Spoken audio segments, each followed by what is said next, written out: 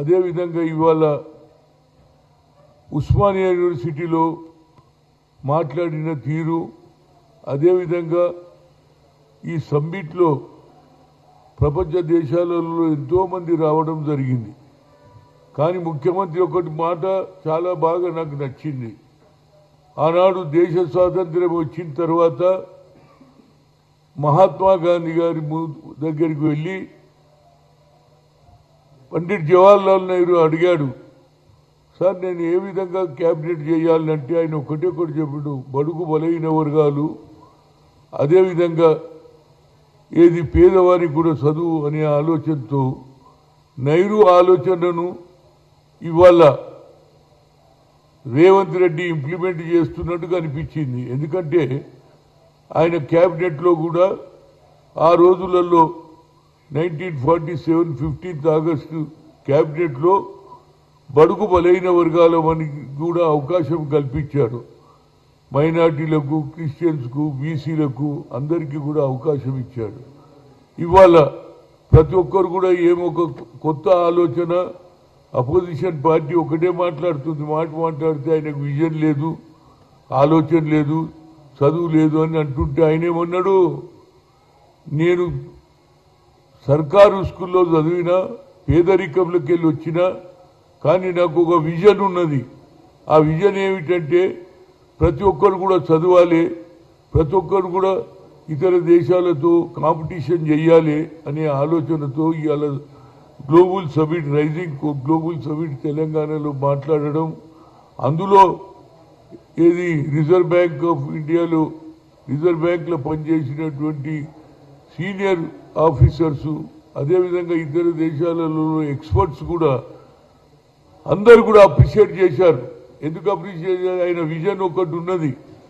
మన తెలంగాణ ఇచ్చినటువంటి సోనియా గాంధీ ఈ ప్రజలకు ఏమన్నా చెయ్యాలనే తపన, పట్టుదల ఆయనలో కనిపించింది.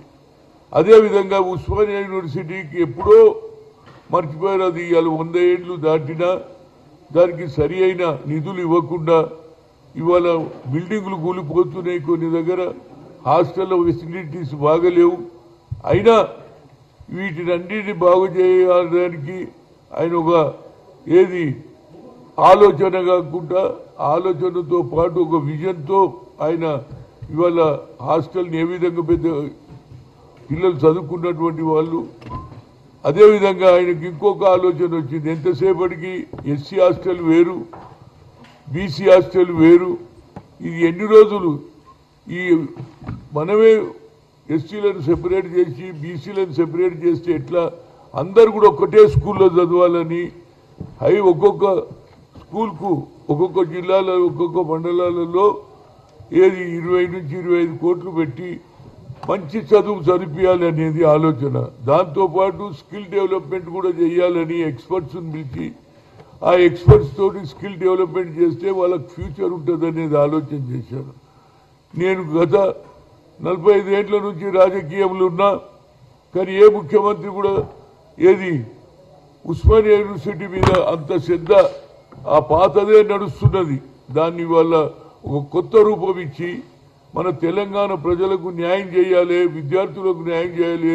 వాళ్ళు కూడా గతంలో ఉస్మానియాలో చదివినటువంటి వాళ్ళు ఇతర దేశాలలో పెద్ద పెద్ద పోస్టులు వచ్చింది. అదేవిధంగా ఇక్కడ ఏది ఫైనాన్స్లో గవర్నర్లు అయ్యారు, వాళ్ళందరికీ సమానంగా చేయాలనేది దీని ఆలోచన.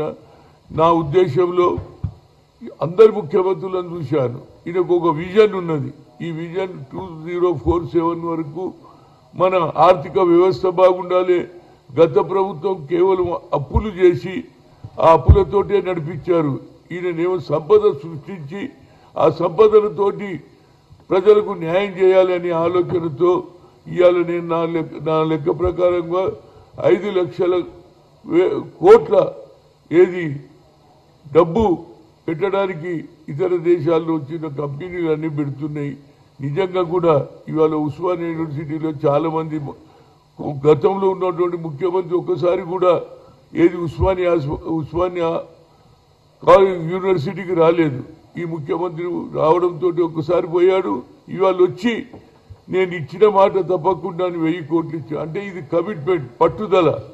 ఈ పట్టుదలతో పనిచేస్తున్నటువంటి ముఖ్యమంత్రికి నిజంగా నేను ఆయన 2 స్పీచ్లు విన్నా.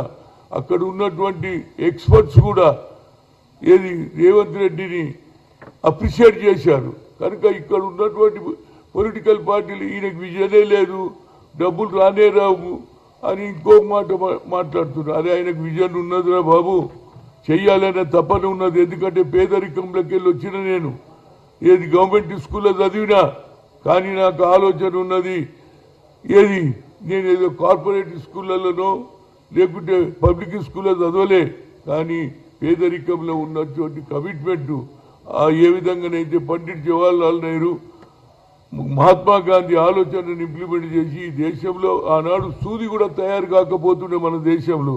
అలాంటి పంచవర్ష ప్రణాళికలతో పాటు డాక్రా నంగల్, నాగార్జున సాగర్ ఇలాంటి శ్రీశైలం ఇవన్నీ కూడా ఆ రోజులో కట్టించి ఇప్పటికి కూడా వాటర్ తోటి ఇలా మనకి అగ్రికల్చర్ నడుస్తుంది. అదే కూడా చదువులో కూడా మీరు ముందుకు రావాలనేది వాళ్ళ ఉద్దేశం. ఇవాళ ఉస్మానియా యూనివర్సిటీ పిల్లలు అవన్నీ ఏది